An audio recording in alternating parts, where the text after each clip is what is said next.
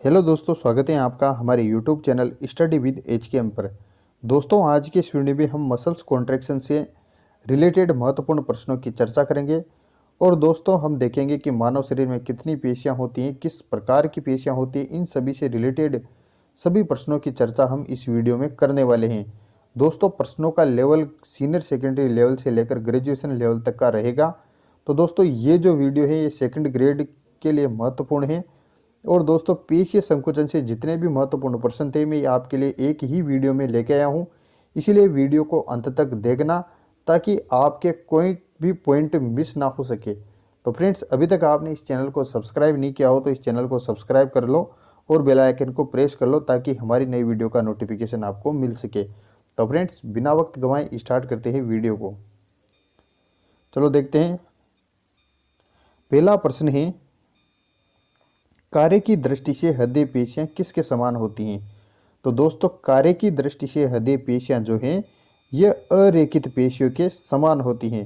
अरेखित पेशियों को अनैच्छिक पेशियां या चिकनी पेशियां भी कहते हैं, जबकि दोस्तों संरचना की दृष्टि से ये रेखित पेशियों के समान होती है।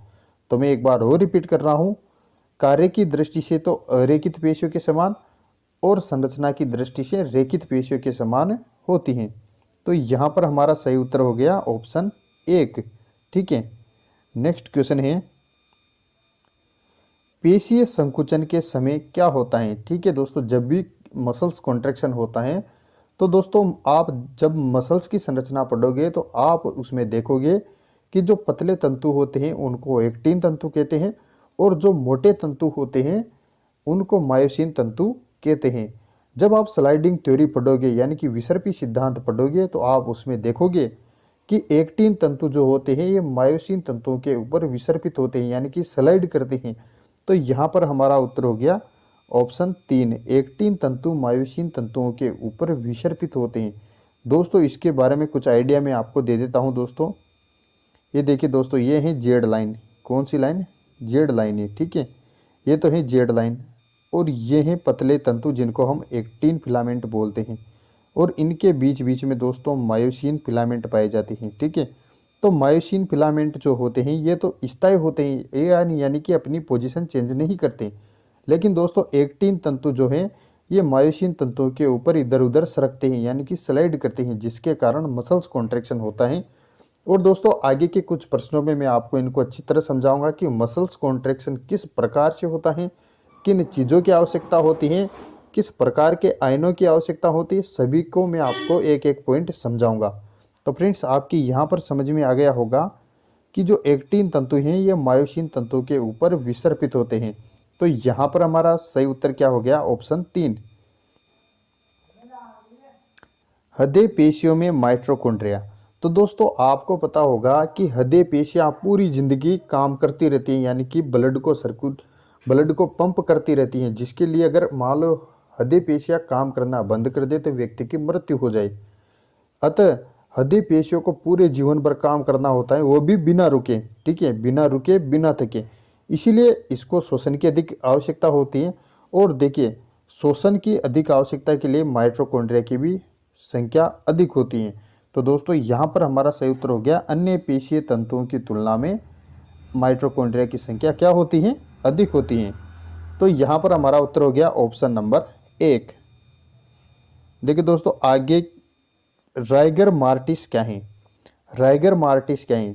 ठीक है, तो राइगर मार्टिस जो होता है इसके बारे में पहले आपको समझना होगा कि जो पेशीय संकुचन होता है तो उसमें संकुचन से शीतलन अवस्था में आने के लिए एटीपी की आवश्यकता होती है। ठीक है, शब्दों पर ध्यान देना। संकुचन से किसमें आने के लिए? शीतलन अवस्था आने के लिए एटीपी की आवश्यकता होती है यानी कि इनऑर्गेनिक फॉस्फेट की आवश्यकता होती है।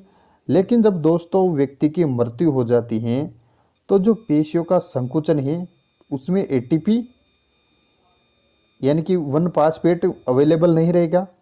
तो जो एडीपी है दोस्तों, आगे जाके पूरा फंडा समझ में आएगा कि एडीपी और एटीपी जो है ये किस प्रकार से बन रही हैं और इसकी क्यों क्यों आवश्यकता है दोस्तों मसल्स कॉन्ट्रैक्शन में। ठीक है, जब मैं आपको मायोसिन और एक्टिन की संरचना के बारे में आइडिया दूंगा तो आपकी ये चीज़ें अच्छी तरह समझ में आ जाएगी।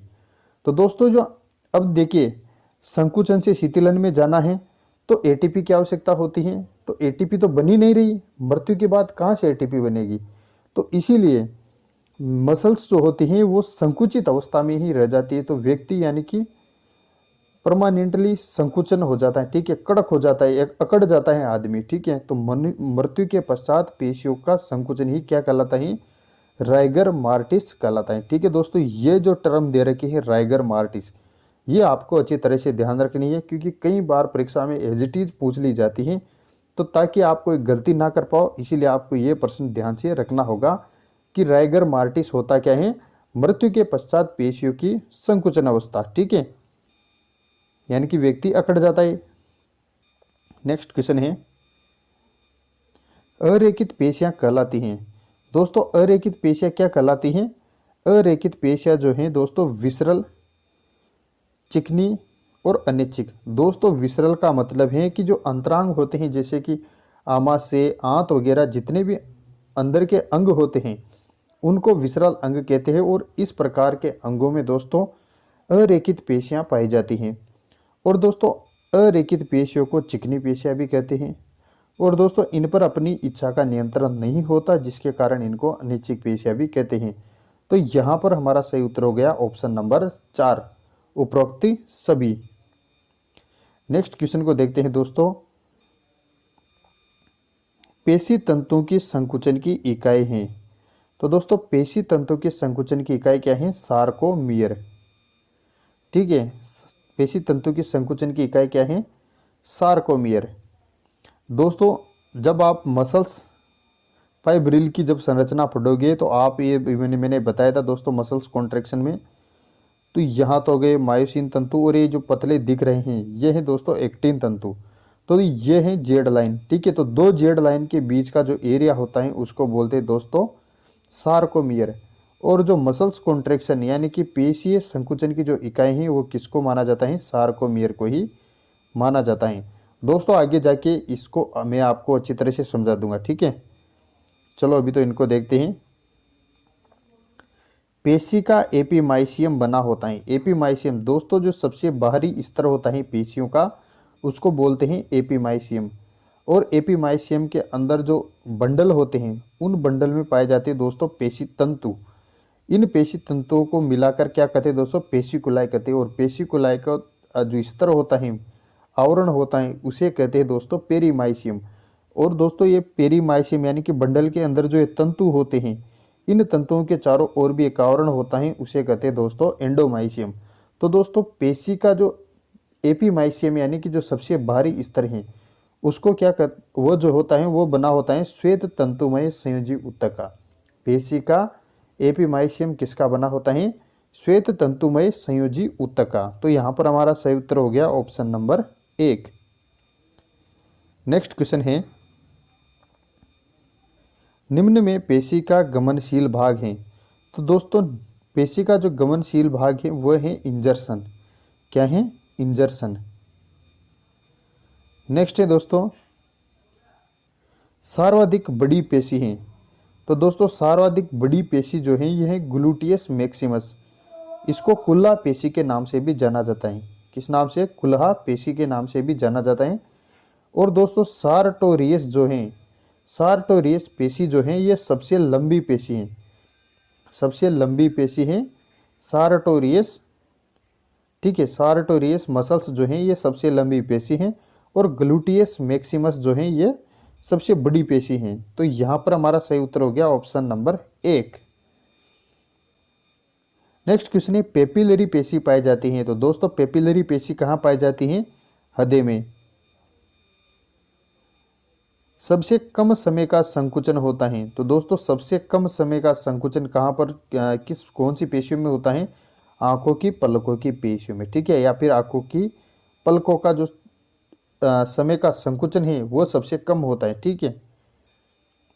नेक्स्ट क्वेश्चन है, एटीपेज की क्रियाशीलता देखी जा सकती है। तो दोस्तों अब वो पार्ट आ गया जिसको आप इंतजार कर रहे थे, जिसका आप इंतजार कर रहे थे। तो देखिए दोस्तों, एटीपीएज की जो क्रियाशीलता है वो दोस्तों मायोसिन तंतुओं में देखने को मिलती है। दोस्तों एक मायोसिन तंतु जो होता है वह 300 से 400 मीरोमायोसिन तंतुओं से मिलकर बना होता है। ठीक है, 300 से 400 मीरोमायोसिन। तो देखिए दोस्तों, इस प्रकार से इसकी संरचना होती है। ये इसका हेड हो गया। ठीक है, और यहाँ पर दो साइट होती हैं। ये एक मीरोमायोसिन बना रहा हूँ मैं, और इस प्रकार के 300 से 400 मॉलिक्यूल मिलकर मायोसिन का निर्माण करते हैं। तो यानी कि मायोसिन की एकलक इकाई क्या हो गई, मीरोमायोसिन हो गई। तो दोस्तों ये तो हो गई है टेल, और ये हो गई हेड। तो हेड पर दोस्तों दो साइट पाई जाती हैं। एक तो हो गई दोस्तों एटीपीएज यानी कि एटीपी बाइंडिंग साइट, और दूसरी हो गई एक्टिन बाइंडिंग साइट। ठीक है, जो एक्टिन बाइंडिंग साइट है ये दोस्तों एक्टिन तंतुओं से जुड़ती हैं। ठीक है, एक्टिन तंतुओं से जुड़ती हैं। और ये जो दिख रही हैं आपको एटीपी बाइंडिंग साइट, यहाँ पर एटीपीएज एंजाइम होता है जो कि एटीपी को एडीपी में बदल देता है। और जैसे ही एटीपी एडीपी में बदलती है, वो एक्टिन तंतुओं की जो साइट होती है, ठीक है, एक्टिन साइट जो होती है ये एक्टिन तंतुओं से अच्छी तरह से बाइंड हो जाती हैं, जिसके कारण मसल्स कॉन्ट्रैक्शन होता है। तो आपको समझ में आ गया होगा कि एटीपीएज की क्रियाशीलता कहाँ पर देखी जाती है, मायोसिन तंतुओं में देखी जाती है। नेक्स्ट क्वेश्चन है, हमारे शरीर में पेशियों की संख्या है। तो हमारे शरीर में पेशियों की संख्या कितनी है? हमारे शरीर में पेशियों की संख्या है 639। कितनी है दोस्तों? 639। नेक्स्ट क्वेश्चन है, सबसे लंबी चिकनी पेशी है।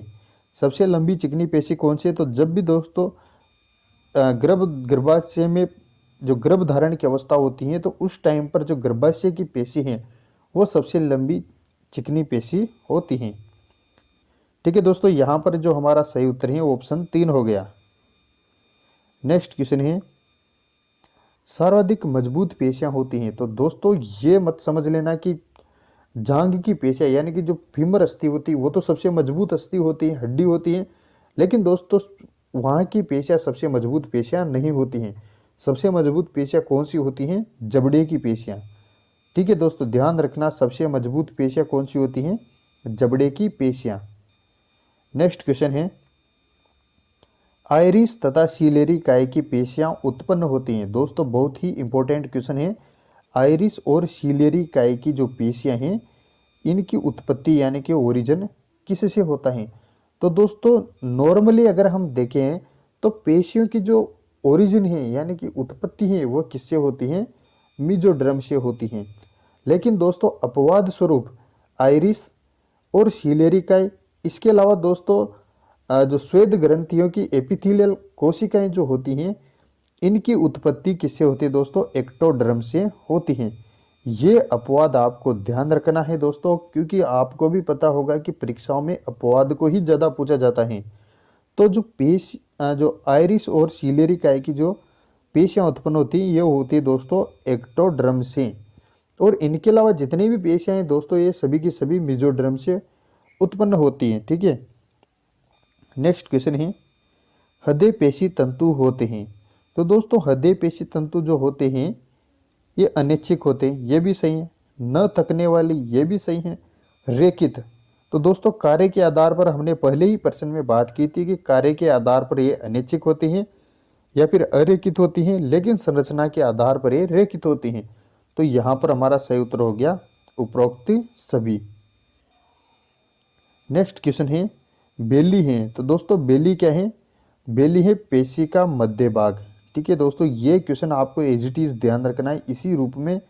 बेली है, बेली क्या है दोस्तों? पेशी का मध्य भाग। नेक्स्ट क्वेश्चन है दोस्तों, रेखित पेशी तंतु पाए जाते हैं। तो दोस्तों रेखित पेशी तंतु किस में पाए जाते हैं? तो दोस्तों पहले आपको ये समझना होगा कि रेखित पेशी तंतु जो होते हैं तो इनको ऐच्छिक पेशी तंतु भी बोलते हैं या फिर ऐच्छिक पेशियों में पाए जाते हैं। ठीक है, ऐच्छिक पेशियों को क्या कहते हैं? रेखित पेशी कहते हैं, यानी कि अपनी इच्छा का नियंत्रण इन पेशियों पर होता है। तो दोस्तों आप ऑप्शन में देख सकते हो कि ट्रेकिया में अपनी इच्छा का कोई नियंत्रण नहीं होता है, फेफड़ों में नहीं होता है, गोल ब्लैडर पे नहीं होता है, जबकि पैरों में होता है, ठीक है। अपने जो हाथ पैर वगैरह जो हैं इनको अपने हिसाब से हम हिला सकते हैं। तो दोस्तों रेखित पेशी तंतु किस में पाए जाते हैं? पैरों में। यहाँ पर जो ऑप्शन दे रखे हैं इनमें से हमारा सही उत्तर क्या हो गया? ऑप्शन 3। नेक्स्ट क्वेश्चन है, चिकने पेशी तंतु होते हैं। तो दोस्तों चिकने पेशी तंतु जो होते हैं इनकी संरचना में यहाँ पर ड्रॉ कर रहा हूँ, इस प्रकार से होती हैं, ठीक है दोस्तों। इस प्रकार से चिकने पेशी तंतुओं की संरचना होती है, यानी कि स्पिंडल आकार के होते हैं, अरेखित होते हैं, अनैच्छिक होते हैं और एक केंद्र के होते हैं। दोस्तों ये इंपॉर्टेंट बात है कि जो अनैच्छिक पेशियां होती हैं या फिर चिकने पेशी तंतु होते हैं वो एक केंद्र के होते हैं। इनका आकार स्पिंडल के आकार का होता है, अरेखित होते हैं और अनैच्छिक होते हैं। तो यहाँ पर दोस्तों सभी के सभी ऑप्शन सही हैं। यहाँ पर हमारा उत्तर हो गया ऑप्शन नंबर 4, उपरोक्त सभी। नेक्स्ट क्वेश्चन है दोस्तों, पेशी संकुचन के लिए उत्तरदायी आयंस है। दोस्तों यह बहुत इंपॉर्टेंट क्वेश्चन है, एज इट इज आपको इसी रूप में इसको ध्यान में रखना है, क्योंकि दोस्तों कहीं ना कहीं और किसी ना किसी एग्जाम में आपको ये जरूर देखने को मिलेगा, इसीलिए आपको अच्छी तरह से ध्यान में रखना ही है, ठीक है दोस्तों। तो पेशी संकुचन के लिए उत्तरदायी आयंस कौन से हैं? एक तो है कैल्शियम और एक है मैग्नीशियम, ठीक है। और कैल्शियम आयन जो है दोस्तों ये मुख्य रूप से पेशी संकुचन के उत्तरदायी हैं। और दोस्तों एक्टिन तंतु का जो बहुलीकरण है ये किसकी उपस्थिति में होता है? दोस्तों ये होता है मैग्नीशियम आयन की उपस्थिति में, यानी कि मैग्नीशियम आयन तो जो बहुलीकरण का काम करता है और कैल्शियम आयन जो है दोस्तों ये ट्रोपोनिन जो होता है वो ट्रोपोनिन की कैल्शियम बाइंडिंग साइट से जुड़कर वहाँ पर जो मायोसिन बाइंडिंग साइट है उसको ओपन कर देता है, जिसके बाद मायोसिन एक्टिन तंतुओं से जुड़ जाता है और पेशीय संकुचन होता है। तो दोस्तों कैल्शियम और मैग्नीशियम दोनों ही आयंस पेशीय संकुचन यानी कि मसल्स कॉन्ट्रैक्शन के लिए उत्तरदायी आयंस है। तो यहाँ पर हमारा सही उत्तर हो गया ऑप्शन 4, यानी कि कैल्शियम और मैग्नीशियम आयन। नेक्स्ट क्वेश्चन है, पेशी की लंबाई नहीं बदलती है, ठीक है। पेशी की लंबाई नहीं बदलती है, तो किस प्रकार के संकुचन में पेशी की लंबाई नहीं बदलती है? प्रश्न में ऐसा पूछा गया है। तो दोस्तों देखते हैं, आइसोमेट्रिक संकुचन में पेशी की लंबाई नहीं बदलती है। आइसोमेट्रिक संकुचन होता क्या है दोस्तों? जैसे कि मान लो आप किसी दीवार पर धक्का मार रहे हो, तो जैसे आप दीवार पर धक्का मारोगे टोटल कार्य क्या हो गया? शून्य हो गया। आपकी पेशियों में कोई लंबाई में परिवर्तन नहीं हुआ।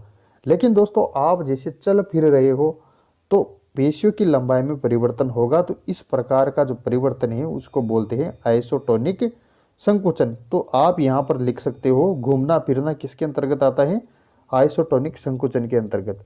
लेकिन दोस्तों आइसोमेट्रिक जो संकुचन है ये जैसे किसी दीवार पर धक्का मार रहे हो, दीवार भी नहीं हिल रही और दोस्तों आपके द्वारा कुछ काम भी नहीं किया जा रहा, यानी कि जो आपकी पेशियां हैं वो किसी भी प्रकार से गति नहीं कर रही हैं, यानी कि अपनी जो पोजीशन है वो चेंज नहीं कर रही है, ठीक है दोस्तों।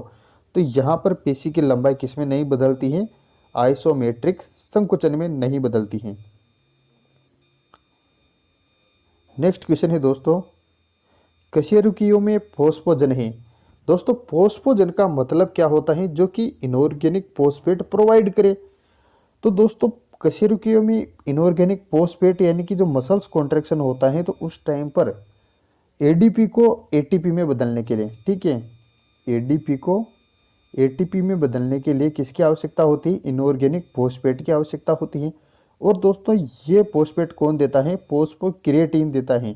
जैसे ही फोस्फोक्रिएटिन फोस्फेट डोनेट करता है या फिर देता है तो क्या शेष रह जाता है? क्रिएटिन शेष रह जाता है। फोस्फेट अलग हो जाता है, क्रिएटिन शेष रह जाता है।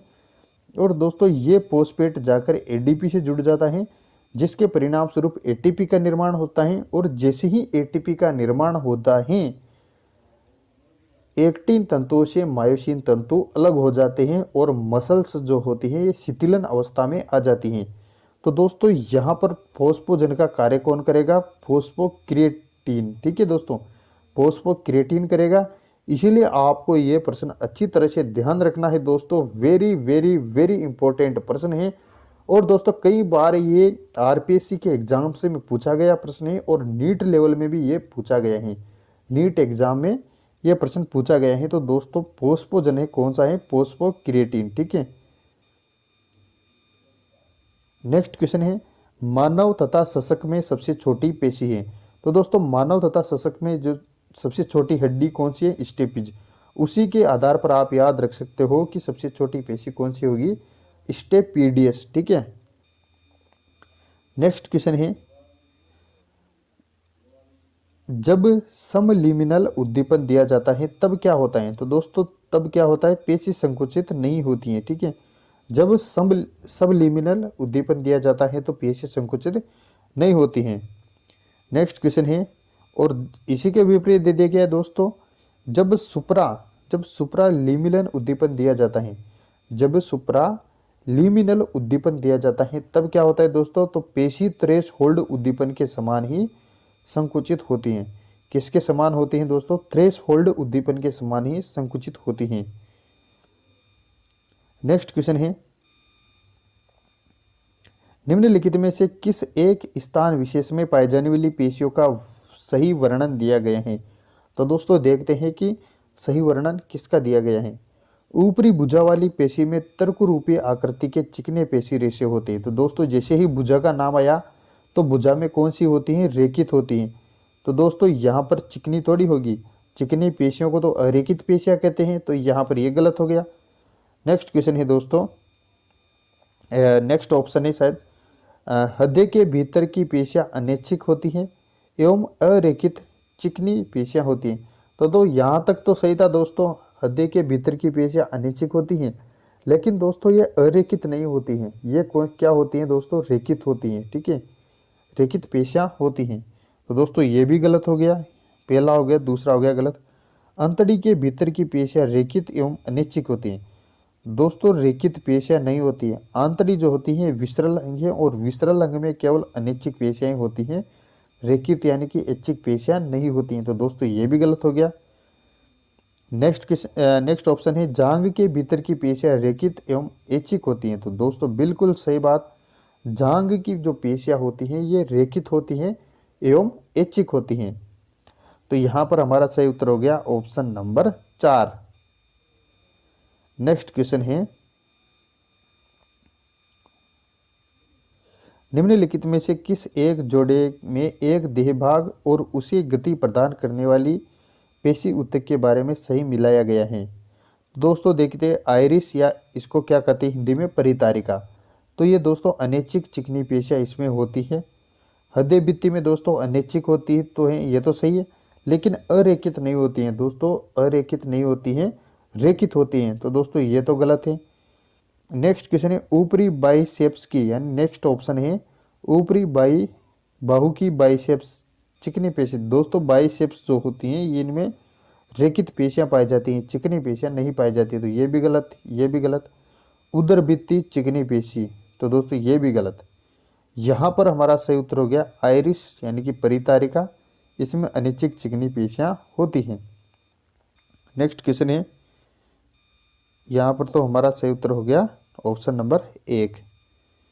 नेक्स्ट क्वेश्चन है, पेशी संकुचन के लिए ऊर्जा का स्रोत है। तो दोस्तों पेशी संकुचन के लिए ऊर्जा का स्रोत क्या है, एटीपी, ठीक है दोस्तों। अभी हमने बात की थी फोस्फोजन की, जो कि फोस्फोक्रिएटिनिन काम कर रहा था, और एटीपी जो है दोस्तों ये मसल्स कॉन्ट्रैक्शन में ऊर्जा के स्रोत के रूप में होती हैं। तो यहाँ पर हमारा सही उत्तर ऑप्शन 3 सही हो गया। नेक्स्ट क्वेश्चन है दोस्तों, हम चलते समय हमारे हाथों को हिलाते हैं। तो दोस्तों अपन चलते समय हमारे हाथों को क्यों हिलाते हैं दोस्तों, बॉडी बैलेंस के लिए, यानी कि संतुलन के लिए हम हाथों को हिलाते हैं। नेक्स्ट क्वेश्चन है दोस्तों, पेशियों में थकान का कारण है। तो दोस्तों पेशियों में थकान का क्या कारण है, लैक्टिक अम्ल का जमाव होना, ठीक है। लैक्टिक अम्ल का जो जमाव जैसे होता है पेशियों में थकान का अनुभव होता है। और दोस्तों ये लैक्टिक अम्ल जो है ये रक्त के माध्यम से यकृत में पहुंचाया जाता है और यकृत में दोस्तों इस लैक्टिक अम्ल को वापस ग्लूकोज में बदल दिया जाता है। ठीक है दोस्तों, फिर बाद में थकान खत्म हो जाती है। नेक्स्ट क्वेश्चन है, कंकाली पेशी तंतु में एक मायोसिन तंतु कितने एक्टिन तंतुओं से घिरा होता है? तो दोस्तों कंकाली पेशी तंतुओं में एक मायोसिन तंतु 6 एक्टिन तंतुओं से घिरा होता है। कितने एक्टिन तंतुओं से घिरा होता है? 6 एक्टिन तंतुओं से घिरा होता है। तो यहाँ पर हमारा सही उत्तर हो गया ऑप्शन 3। सबसे कम रक्त सप्लाई उपस्थित होती है? तो दोस्तों चिकनी पेशियां जो होती हैं इनमें सबसे कम रक्त सप्लाई उपस्थित होती हैं। नेक्स्ट क्वेश्चन है, जेड डिस्क का निर्माण होता है? तो दोस्तों जेड डिस्क का निर्माण जो होता है वो एक्टिनिन प्रोटीन के द्वारा होता है, नोट एक्टिन। किसके द्वारा होता है? एक्टिनिन के द्वारा होता है। तो यहां पर हमारा सही उत्तर हो गया ऑप्शन 3। नेक्स्ट क्वेश्चन है दोस्तों, पेशी तंतु में कैल्शियम का संग्रहण होता है? तो दोस्तों पेशी तंतु में कैल्शियम का संग्रहण किसमें होता है? Sarcoplasmic reticulum. जिस प्रकार से कोशिका में एंडोप्लाज्मिक रेटिकुलम होती है उसी प्रकार पेशियों में क्या होती है? Sarcoplasmic reticulum. दोस्तों मैं आपको बता दूंगा ये देखिए दोस्तों जो फाइब्रिल होता है, मसल्स फाइब्रिल होता है, उसकी संरचना इस प्रकार से होती है। ठीक है दोस्तों, इस प्रकार से होती है। ये तो उसकी बाह्य लेयर हो गई जिसको हम बोलेंगे सार्कोलेमा। क्या बोलेंगे? सार्कोलेमा।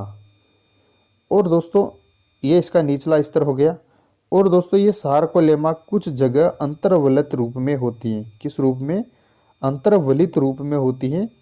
इस पार्ट को क्या कहते हैं? जो अंतर्वलित होता है इसको कहते हैं दोस्तों टी ट्यूबुल। क्या कहते हैं? टी ट्यूबुल कहते हैं।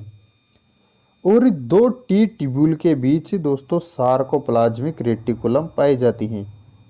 ठीक है, और ये जो कंकाली पेशियां होती हैं ये क्या होती हैं दोस्तों? बहुकेंद्रीय अवस्था में होती हैं।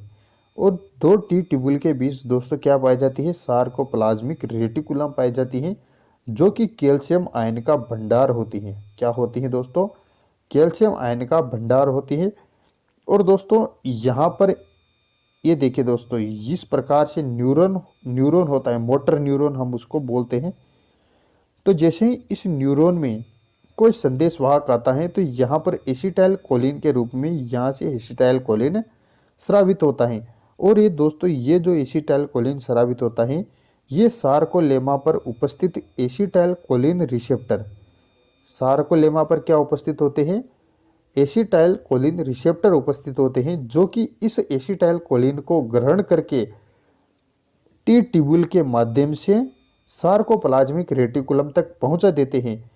और यही संदेश वाहक जो होते हैं ये सार्कोप्लाज्मिक रेटिकुलम से कैल्शियम आयनों के स्रावण को प्रेरित करते हैं, यानी कि कैल्शियम आयन को इससे बाहर निकालने में मदद करते हैं।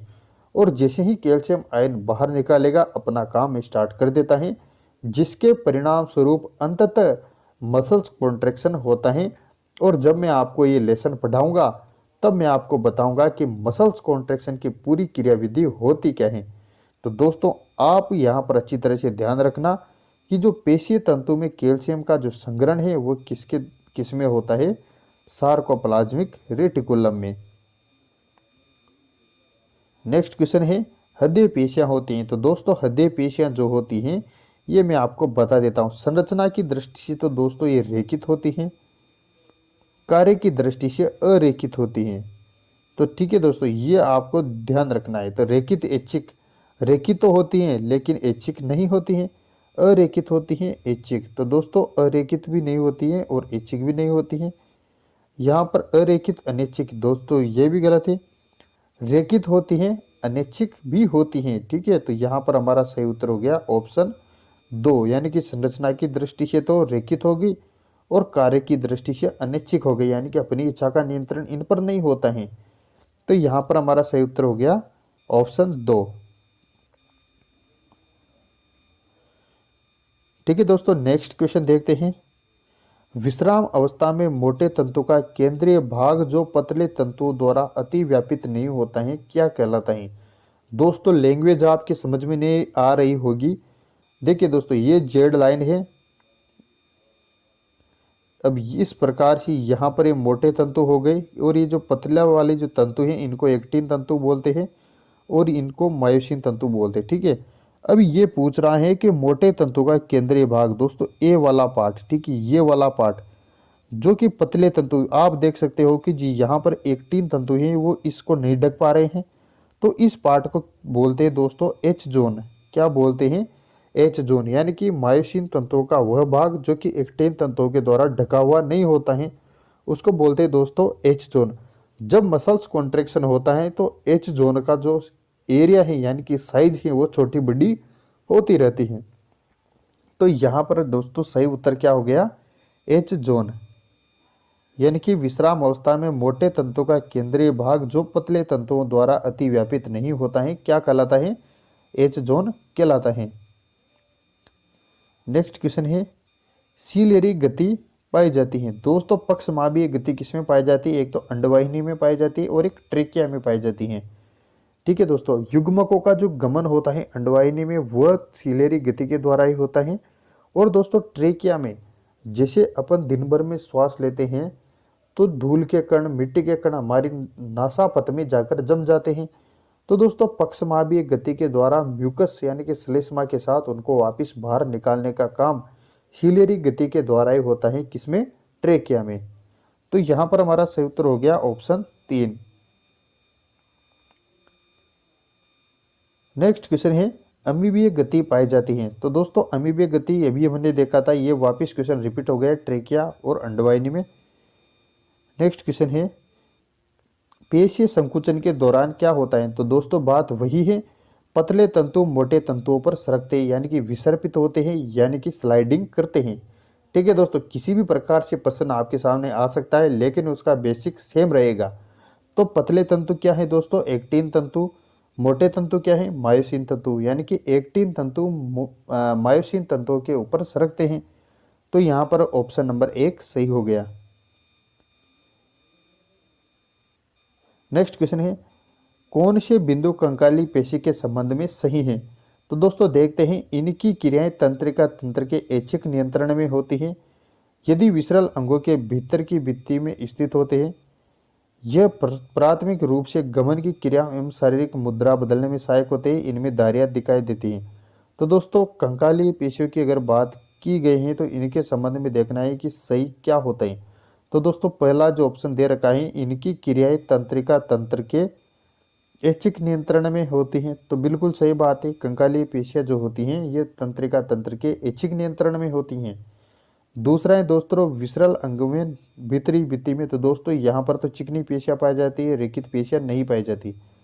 यह प्राथमिक रूप से गमन क्रियाओं तथा शारीरिक मुद्रा बदलने में सहायक होते हैं। तो सही बात है दोस्तों, कंकाली पेशियों पर अपना इच्छा का नियंत्रण होता है, इसलिए अपन हाथ पैरों द्वारा अपनी भुजाओं के द्वारा अपनी पोजीशन चेंज कर सकते हैं। तो दोस्तों यहाँ पर जो ऑप्शन दे रखा है सी नंबर का ये भी सही है। इनमें धारियाँ दिखाई देती है, धारियाँ नहीं दिखाई देती। तो दोस्तों ये भी गलत है क्योंकि दोस्तों कंकाली पेशी जो होती हैं इसमें धारियाँ दिखाई देती हैं। तो यहाँ पर हमारा ए और सी दोनों सही हो गया।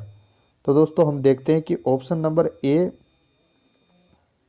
और सी जो है ये कौन सा? ऑप्शन नंबर 4 सही है।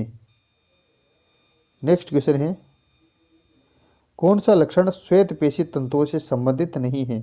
तो दोस्तों मायोग्लोबिन की कम मात्रा ये तो सही है, माइटोकॉन्ड्रिया की कम संख्या ये भी सही है, ऊर्जा के लिए अवायवीय शोषण पर निर्भर ये भी सही है। दोस्तों सार्कोप्लाज्मिक रेटिकुलम की मात्रा कम ये गलत है दोस्तों। तो यहाँ पर हमारा सही उत्तर क्या हो गया?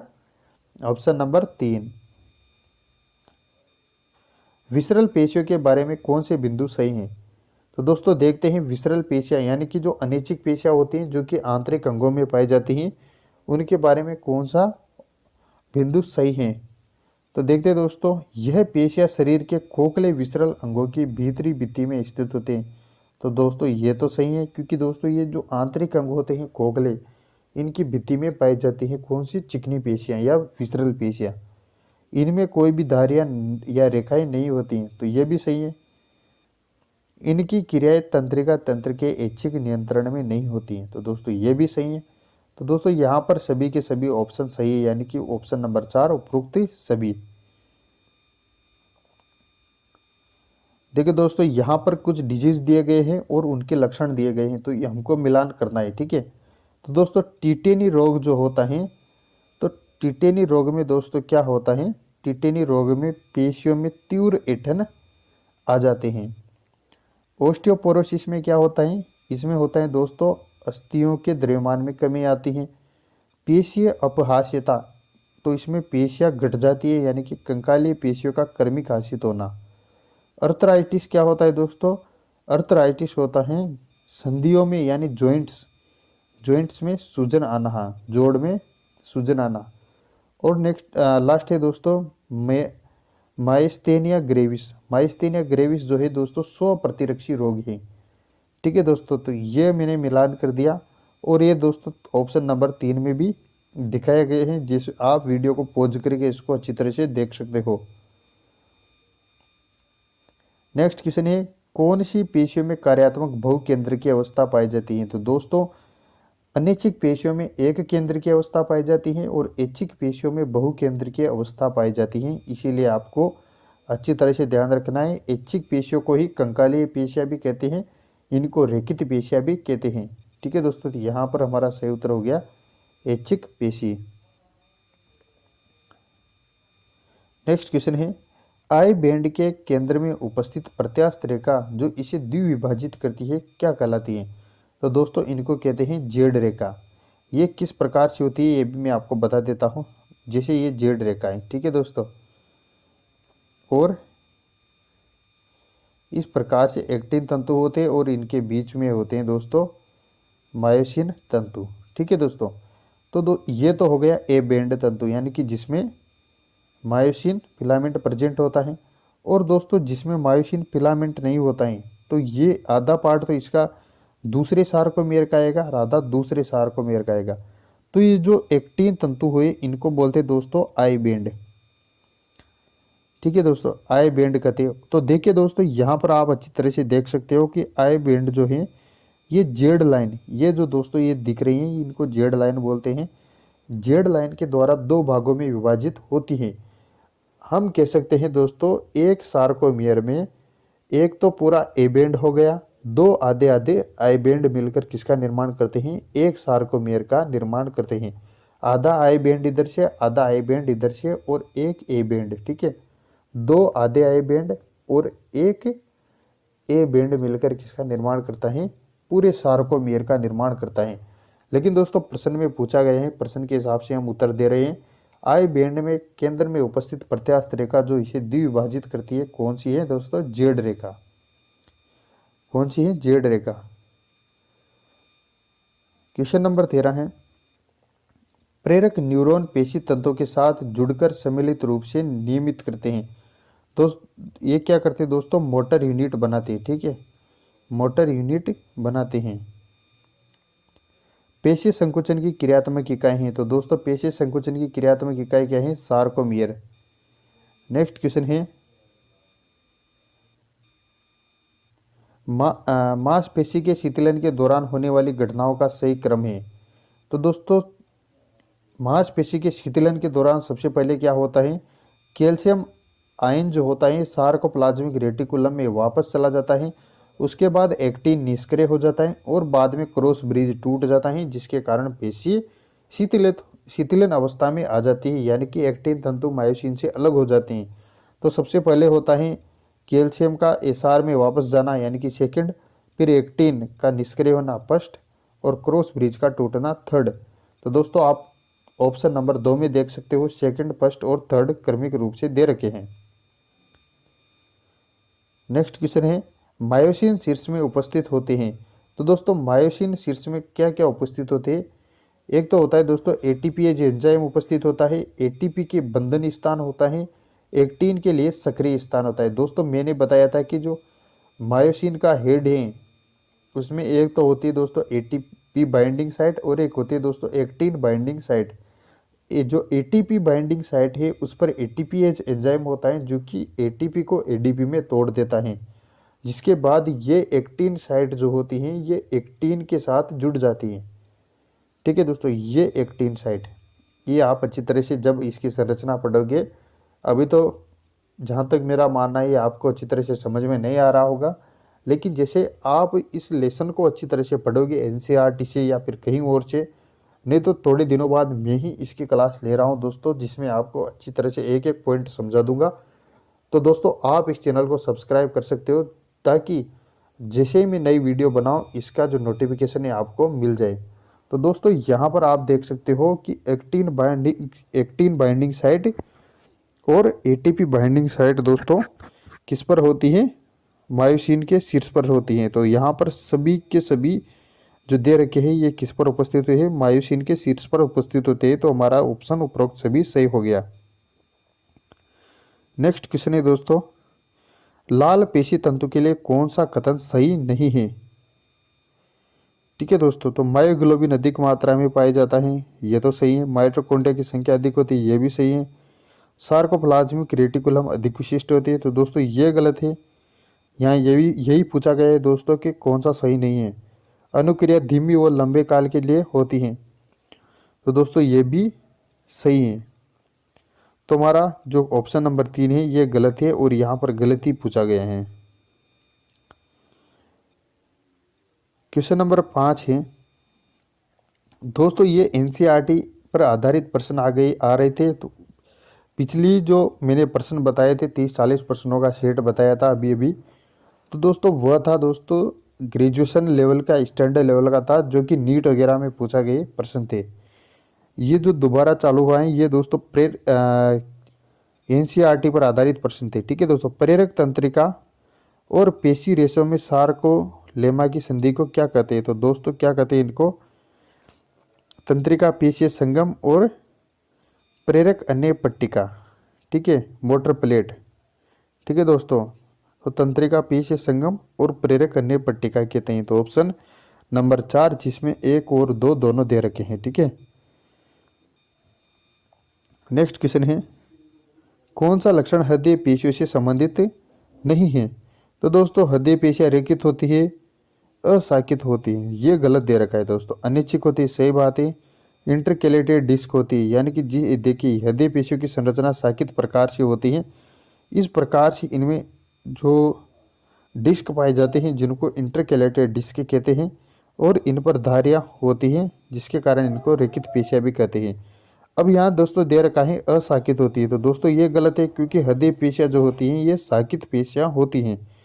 तो यहाँ पर जो दे रखा है दोस्तों ये सही है, ये सही है, ये सही है, लेकिन असाकित गलत दे रखा है। ठीक है दोस्तों, तो ये प्रश्न यहाँ पर कुछ इस प्रकार से पूछा गया है कि पेशियों से संबंधित है। ठीक है, नहीं है, नहीं है, यहाँ पर क्या है, संबंधित है। तो दोस्तों रेखित भी है, अनैच्छिक भी है, इंटरकेलेटेड डिस्क भी है। यहाँ पर गलत क्या है, असाकित गलत है। तो हमारा सही ऑप्शन क्या क्या हो गया, ए सी डी। आगे देखते हैं दोस्तों,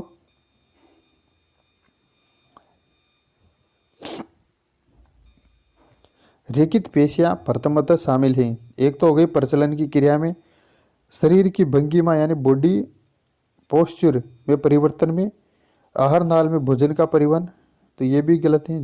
जनन युग्मकों में, जनन क्षेत्रों में युग्मकों का परिवहन, ये भी गलत है दोस्तों। यहाँ पर भी पक्षमाप यानी कि सीलेरी मूवमेंट पाया जाता है। तो दोस्तों एक तो प्रचलन में हो गया और एक हो गया बॉडी पोजीशन चेंज करने में। तो ए और बी, ठीक है, दोनों सही हैं।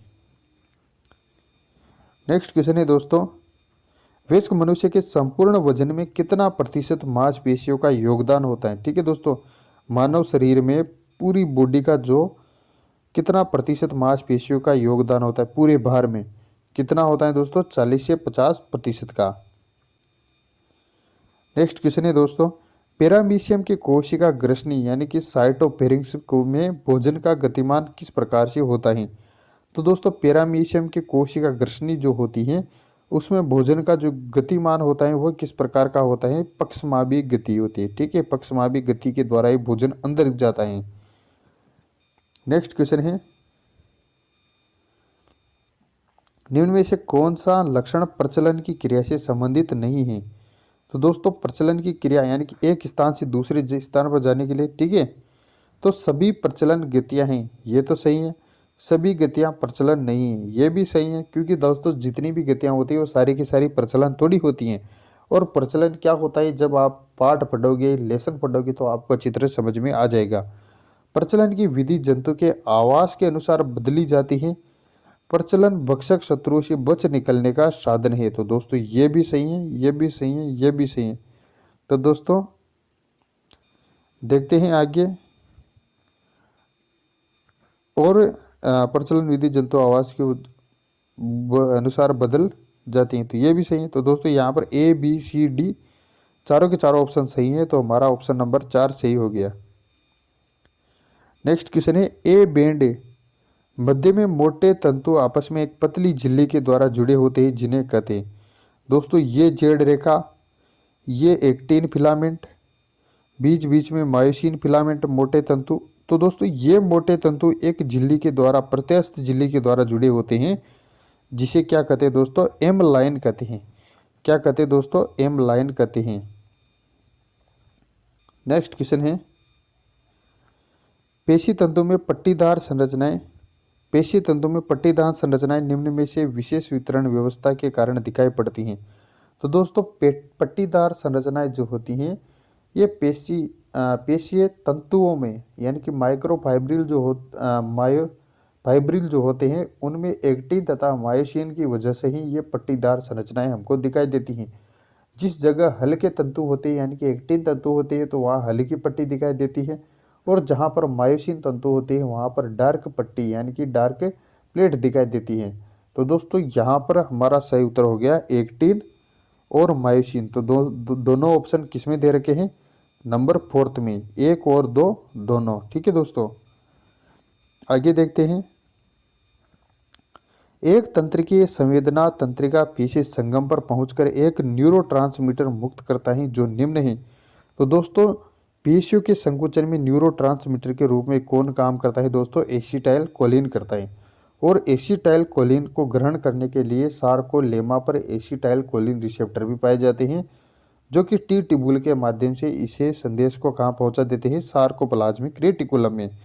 दोस्तों जैसे ही आप इसकी संरचना पढ़ोगे तो दोस्तों एक एक पॉइंट आपके समझ में आ जाएगा और आप बेझिझक इस प्रकार के प्रश्नों को कर सकते हो। नेक्स्ट क्वेश्चन है क्वेश्चन नंबर 14, मांसपेशियों में लगातार कार्य करते रहने के कारण इनमें निम्न पदार्थ का जमा हो जाता है। तो किसका जमा होता है, हमने पहले भी बात की थी, लैक्टिक अम्ल का। नेक्स्ट क्वेश्चन है दोस्तों 15 नंबर का, मांसपेशियों में लाल रंग का ऑक्सीजन संग्राहक रंगा पदार्थ होता है। जिस प्रकार से दोस्तों रक्त में ऑक्सीजन की सप्लाई के लिए हीमोग्लोबिन वर्णक पाया जाता है, उसी प्रकार पेशियों में पाए जाने वाले हीमोग्लोबिन के समान वर्णक को क्या कहते हैं, मायोग्लोबिन कहते हैं। ये दोस्तों पेशियों में ऑक्सीजन की सप्लाई करता है। तो दोस्तों यहाँ पर हमारा सही उत्तर हो गया ऑप्शन नंबर 3, मांसपेशियों में लाल रंग का ऑक्सीजन संग्राहक रंगा पदार्थ कौन सा होता है दोस्तों, मायोग्लोबिन कहते हैं। और दोस्तों पेशियों का जो अध्ययन होता है, स्टडी ऑफ मसल्स, इसको क्या कहते हैं दोस्तों, मायोलॉजी। ठीक है दोस्तों, तो आशा करता हूँ कि ये वीडियो आपको पसंद आई होगी। अगर आपको ये वीडियो पसंद आई हो तो इसे लाइक और शेयर जरूर करें और चैनल को सब्सक्राइब जरूर करें। दोस्तों आपको एक से बढ़कर एक सेकंड ग्रेड के लिए बायोलॉजी से, केमिस्ट्री से संबंधित महत्वपूर्ण वीडियो आपके मिलती रहेगी, इसलिए आप हमारे चैनल को सब्सक्राइब कीजिए, बेल आइकन को ऑन कीजिए। अगर आप बेल आइकन को ऑन नहीं करोगे तो दोस्तों जैसे ही मैं वीडियो डालूंगा आप देख नहीं पाओगे, क्योंकि दोस्तों आपके पास नोटिफिकेशन नहीं आएगा, इसीलिए आपको बेल आइकन ऑन करना होगा। तो दोस्तों मिलेंगे अगली वीडियो में, तब तक के लिए राम राम, जय श्री राम, वंदे मातरम, भारत माता की जय। तो दोस्तों मिलेंगे अगली वीडियो में, बाय बाय।